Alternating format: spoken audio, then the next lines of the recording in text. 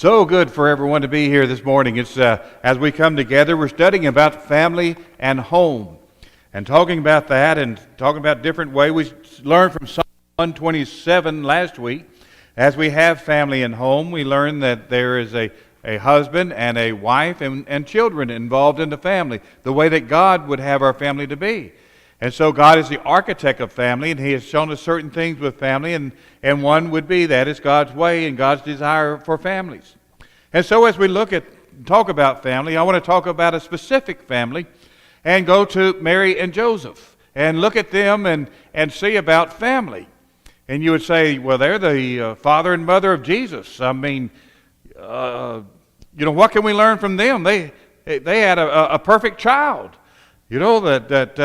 Whenever they were there and talking with other parents about, boy, my child stayed up all night and he was screaming and I got problems with him. And Mary and Joseph said, well, we don't deal with that. My child's picking on someone or whatever. And they said, no, our child's pretty perfect, You wonder about that. And what are some lessons we can learn from Mary and Joseph? I think there are some lessons. I don't think that it is that Mary and Joseph were like, well, Lord, you want us to be the father and mother of Jesus? That's kind of like being a lifeguard at the Olympics, right?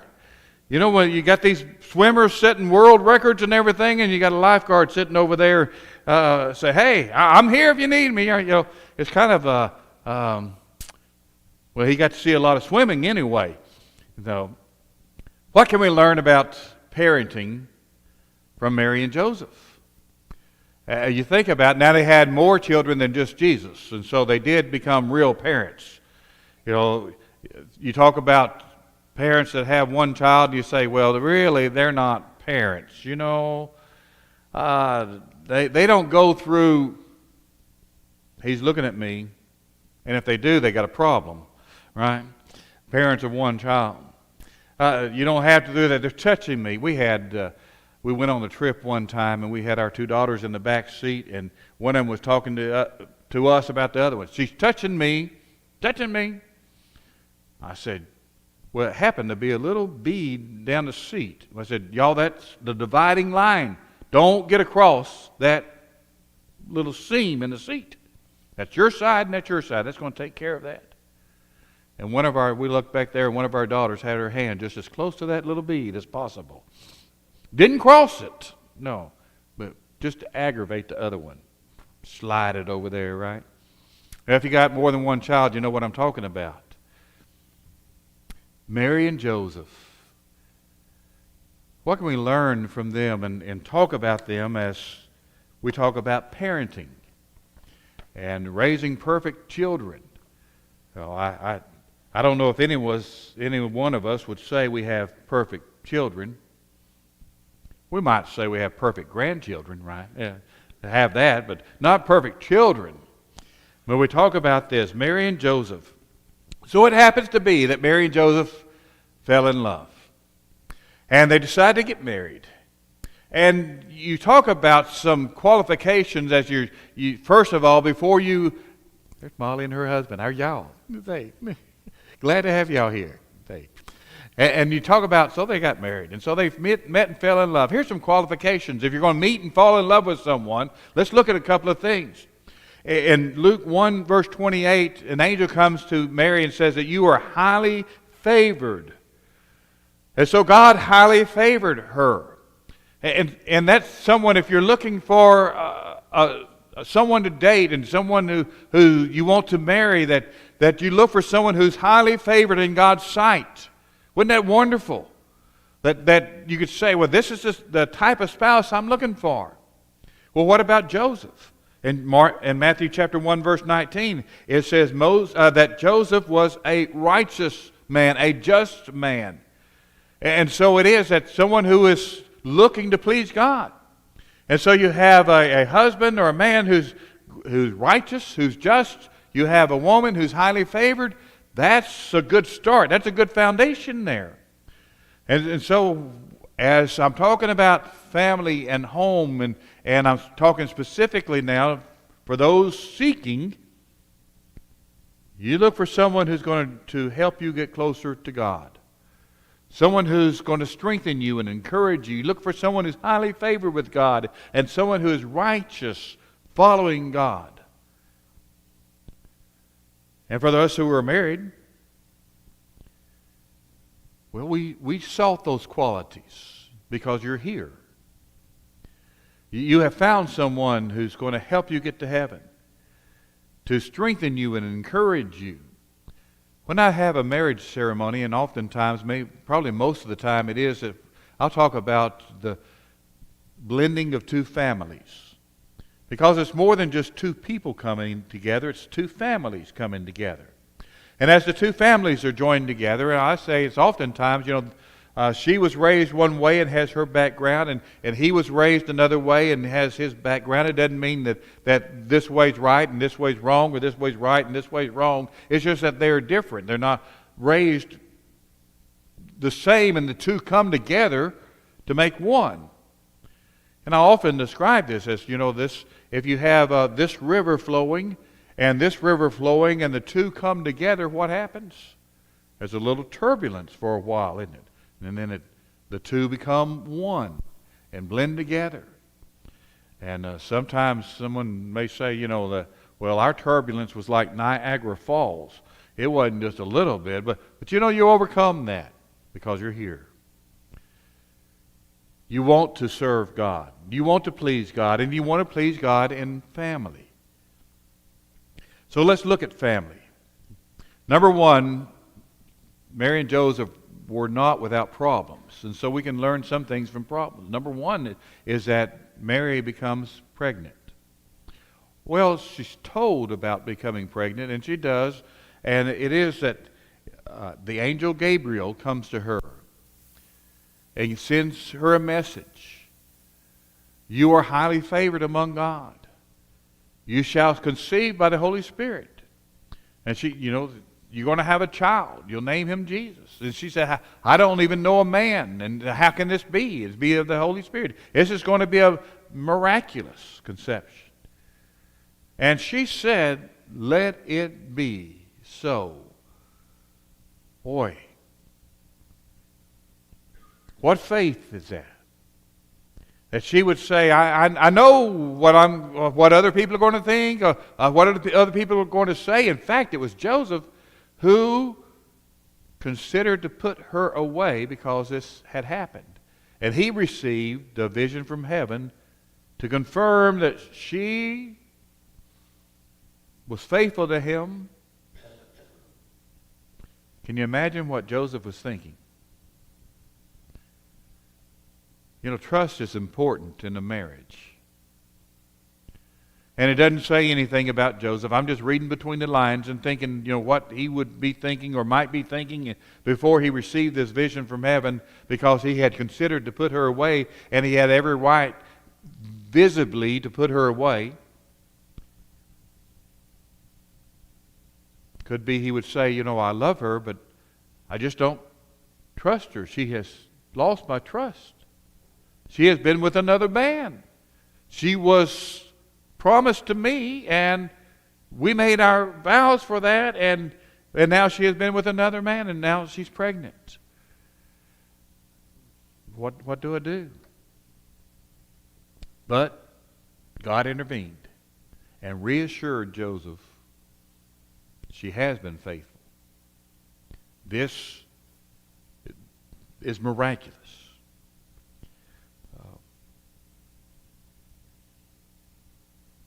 We have times, and we've lived in times, and of someone who's been pregnant before they got married. It happens. I recall a couple of situations it is that, many times it's not a real good situation. Sometimes it is that the family accepts this and nurtures, and the mother and the child, and the sometimes it is that they get married, the couple, and sometimes it is that it don't get married, and one thing or another. Julie and I, being youth ministers, we've been through several situations of this happening, and different reactions to this happening. we went and visited a young girl, 16 years old, who was in the hospital, and we go up there, and she had tried to commit suicide because she said, I'm pregnant. 16 and pregnant. I don't know what to do with my life. I want to end my life. We had another situation where this one was 19 years old, not married, pregnant. Her mother and dad had, she was on her own, and she called us and said, I'm going to the hospital and to have a baby, and my mom and dad won't come. Will you come? And so we went. Can you imagine in the first century the reaction from the family, the reaction of the community for Mary to be pregnant, and Joseph is not the father? And what would people think, and what would people talk about? And you know they did, because they do today. But Mary and Joseph became a godly family in spite of the beginning. In spite of the turbulence that was there, and the whisperings and the outcasting and whatever it was that the society had with them, they stuck to it, and they became mother and father to Jesus. So they had a rough beginning. And so we say that Joseph, now the second situation. Mary's pregnant, we have that. We have the birth of Jesus. Joseph is not the biological father. Then we have situations like that today also, isn't it? Then we have stepchildren. We have marriages wherever it is that the children are not the biological children of the father. And it happens today too. And Joseph could have had that, and it could have been a stigma with him, but yet we see that even throughout Joseph saying that he's not mine through blood, but he is mine. And I heard a couple of sayings with this that someone once said, I don't have stepchildren. I have children who happened to be born before I met them. And I like that part. They were just born before I met them. Another saying is, our family is defined by love, not by blood. We have stepchildren. We have blended families as we have today. We understand God's plan in Psalm 127, one man and one woman for life, and children from them. We understand that's God's plan, but we also understand it doesn't always happen today, and we have blended families. Joseph was there. And yet it was in Luke chapter 4, whenever Jesus went to Nazareth, and they rejected the teaching of Jesus. And one of the reasons they rejected the teaching of Jesus is they said, is this not Joseph's son? They didn't say, they recognized Joseph as the father of Jesus, the son of the carpenter. Yeah, who is he? And they were going on, who is he to teach us? But I want to focus in. They recognize Jesus as the son of Joseph, even though not biologically. He was his son. And so you had that. Mary pregnant before they were married. You have Joseph, not the biological father. And so you have this. And then after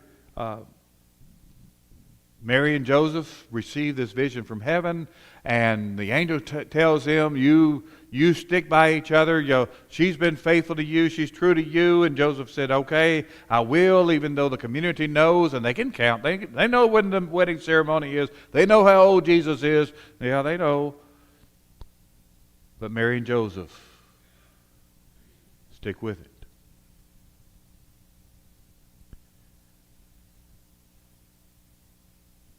I don't know, it doesn't say about the family of Mary or the family of Joseph, the immediate family. But we do have a situation in Luke chapter 1 that an angel tells Mary, your kinsman Elizabeth is also pregnant. She's beyond age. Now, it's not miraculous conception like Mary, but God was involved with this. She was going to bear John the Baptist. And so you have Zechariah and Elizabeth. She tells him, Elizabeth is pregnant. What does Mary do? She goes to the house of Elizabeth, her kinsman. And Elizabeth is positive toward her. I think Mary needed some positive encouragement from family. I don't know. It doesn't talk about her mom and dad. I don't know what that, but I do know she went to Elizabeth and received some encouragement. Blessed are you among women, and blessed be the fruit of your womb. Don't you know Mary needed to hear that from someone? Some of us are fortunate to have family, and family close by. Some of us are fortunate enough that when we need encouragement, we need to go to family, physical family. We need to hear positive things from our family and saying, yes, you're on the right track. Yes, you're doing the right things. Keep on keeping on. Other people may be talking about you, and people may be discouraging you for one reason or another or whatever, but you need to go to family. And some of you are blessed to have family around. Take advantage of your family and while they're here. And go to family. And family, Daddy always had a saying. He said, there's nothing like family. He would say that at certain times, in times whenever we needed encouragement. Family's always there for you. And may it be that family is always there for us.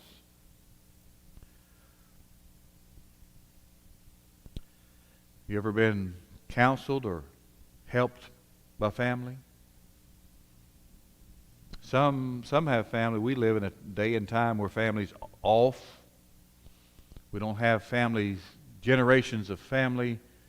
I say we don't have generations of family. We have the Mortensons, got 4 generations of family here. Well, they would be here. Right. I picked the day they're not here, but 4 generations. That is, what a blessing that is, isn't it? We got 4 generations sitting here in the same pews together. They had that at the time of Mary and Joseph. People were born, raised in the same towns as their parents and grandparents, and family meant a lot to Jews. They didn't grow up and go distance themselves. You had family, close family. We're missing that in America. Spend time with family when you can. When we have burdens to share. And then the time comes for Mary and Joseph, when Jesus is going to be born. It happens to be that they had a census taken, and so they have to leave, and they go to Bethlehem. And of course we know the saying is, there's no room in the inn. No room for Jesus. There's a sermon, no room for Jesus. No room for Jesus when he was born. What about now? Do you have room for Jesus in your life? Think about that. There was no room for Jesus. And so they go out, and Jesus was born in a manger, out in a stable. And we don't read about family coming together. The family was there because Joseph's family went there to be counted in the census. And so Joseph was there, and so his family was there. But we don't read about family coming at the birth of Jesus. Whether they did, maybe they did. We just don't read about it. But we do read about the shepherds. They were out in their field by night. We know the angels appeared. They announced the birth of Jesus. The shepherds go to the manger, and they're there. Sometimes it is that it may be that we talked about you need to go to family and be encouraged by family, but sometimes it may be family is not there. And so I would put forth, can the church be the shepherds? Can the church be the ones who would be there and rejoice with you? And maybe even sorrow with you during times in your life. The shepherds were there. Don't you know they talked about that moment for years? We were there when Jesus was born. Don't you know as Jesus continued and grew and that he did the miracles and they would say, yeah, Jesus, yeah, we were there. We were there when he was born. Right? It may be we don't have family, immediate family, but we have a spiritual family. And sometimes we need shepherds. I think shepherds were important to choose. Can we be the shepherds? We're not family physically, but we can still be family. Now, I want to speak about the wise men just a minute because we often see during Christmas time you have the manger and you have the shepherds there and then you have the wise men there. But the wise men were not there. They're at the manger. Mary and Joseph went, if you read through the story of Jesus' birth, Mary and Joseph went to the temple for the days of purification. That's anywhere from 33 to 40 days after the birth of Jesus. They go into the temple. They're met by two different people. Simeon and Anna. Both are elderly in age. Both were told that they would see the Messiah before they died. And Simeon told Mary, now, he blessed them, but he also warned them. If you read with this as Simeon, that it said, some things are happening which will be painful to you, Mary. It will be as painful as a sword in your heart. How would you like to receive that word of encouragement from a prophet? You see, parenting is hard. Even being parents of Jesus is hard. And we do know, whenever the shepherds were there, it said that Mary pondered these things in her heart. Wow. We know when they went to the temple also, they offered up the poorest of people. The two turtle doves were the offering of those who were poor. See, they didn't have the gold and the frankincense and the myrrh whenever they went to the temple for the dedication of purification of Jesus. They were poor people. We read later on that the wise men went to the house. We don't know how much time had passed, but certainly anywhere from 33 to 40 days after the birth of Jesus that the wise men would come. And they went to the house, and then they offered up the treasures that they did. But Mary and Joseph, raising Jesus, had some turbulence. Had some heartache to look forward to, and what parent doesn't? There are turbulent times in raising your children. Count on one another. Mary and Joseph stuck together. Count on family, as Mary went to Elizabeth and received encouragement there. And sometimes it is that those outside, such as the shepherds, went to the manger and rejoiced with them in their birth.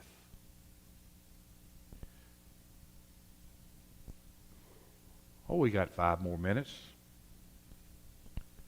What about when Jesus turned 12 years old and they go to Jerusalem and they lose Jesus, right?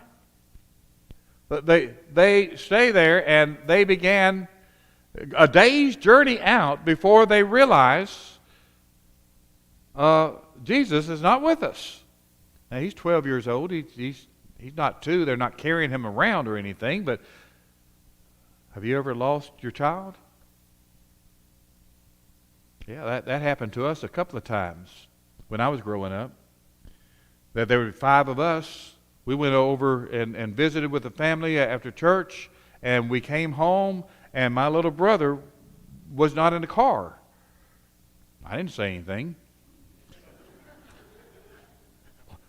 We got home, and Mom and Daddy were like, "Where's Alan?" And I said, "Well, he didn't get in the car." I thought that was a good thing. He didn't want to stay there. That'd be all right with me. My Mom and Daddy went back and got him. And Mary and Joseph go back and get Jesus. And they search throughout the city, and they find him in the temple, and he's there asking questions and answering questions of the religious leaders, of the scribes, and those men just marvel at what Jesus answered and knew. And Mary and Joseph find him, and "Why are you here?" And he said, "Don't you know I must be about my Father's business?" Parents, if we can keep that number one in our life, in raising our children, don't you know that I must be about my Father's business? 12 years old. How many 12-year-olds are saying, "I know there is a God, and I must be about His business"?